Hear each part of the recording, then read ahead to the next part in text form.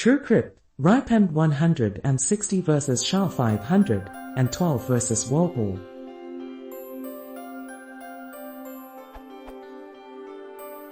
I am encrypting a volume with TrueCrypt.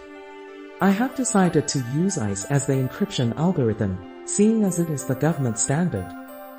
But which hash algorithm is better, more secure? RIPEMD-160 or SHA-512 or Whirlpool?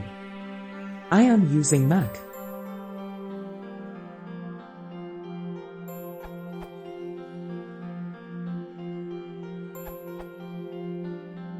Both SHA-512 and Whirlpool are 512-bit hashes, while RIPEMD-160 is 160 bits. TrueCrypt uses these hashes with PBKDF2 to derive keys. When creating file volumes, TrueCrypt uses 1000 rounds for both SHA-512 and Whirlpool, but 2000 rounds for RIPEMD-160. I have some software called THEAD that decrypts TrueCrypt headers. It's very simple and straightforward and demonstrates how and where these hashes are used. To answer your question, in my opinion, either SHA-512 or Whirlpool will be fine. I would use either and not worry about that too much. Hope this helps.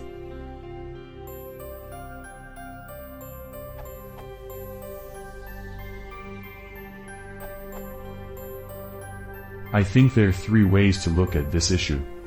If you are using it to keep private personal things that are not of an illegal nature and your main concern is, say, someone stealing your computer and rifling through it to steal your identity, etc., then almost any relatively modern hash function will do, as the adversary is of limited resources and likely skill. This would include smaller business rivals. Of course, ICE is fine as well.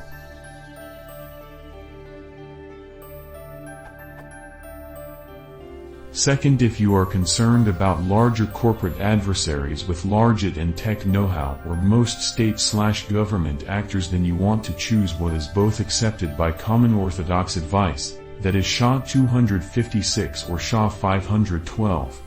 SHA-512 causes a small performance penalty, so there isn't much of a reason not to use it, and the US government uses it, and ICE, for up to top secret.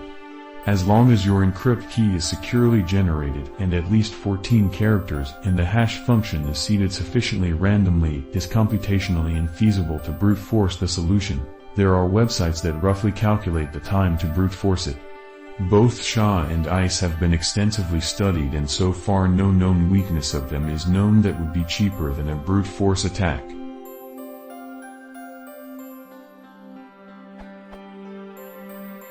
Lastly, if you are in the paranoid/peace of mind/the spooks of the world are out to get you class, then do not use anything that the US government says is fine, for the very reason that they have a long and dishonorable history of factory in that regard. See Wikipedia for instances where the US government handed out encryption to allies that they could already break, among other dirty tricks. They don't use it for above top secret, which suggests that they have concerns about its vulnerability in the future, or perhaps currently, for some reason. I would then suggest Serpent for encryption, since it was rated higher in security than the ICE finalist, or perhaps Camellia, which runs the fastest among non-hardware accelerated algorithms. Twofish isn't far off of Serpent in speed, is also open source, and also arguably is more secure than ICE. In terms of hash functions, use RIPEMD-160. Whirlpool is no longer offered as an option on VeraCrypt, again because it is not US government and it's open source. If you're really concerned, use a cascade scheme.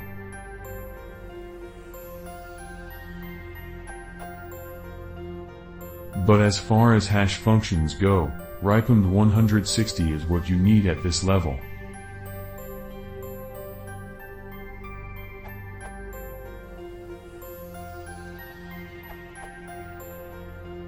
I question why the NIST committee recognized Serpent as having superior security and still went with RIPEMD and SHA-256/512 for use as ICE.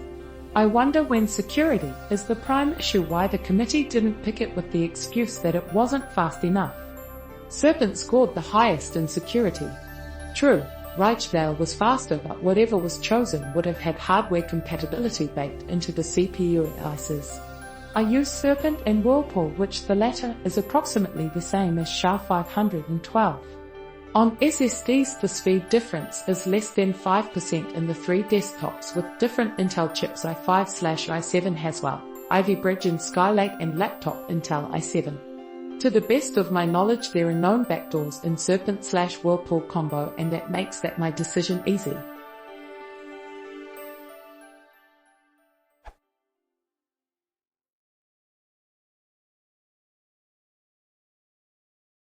If you want to support the channel, please consider subscribing.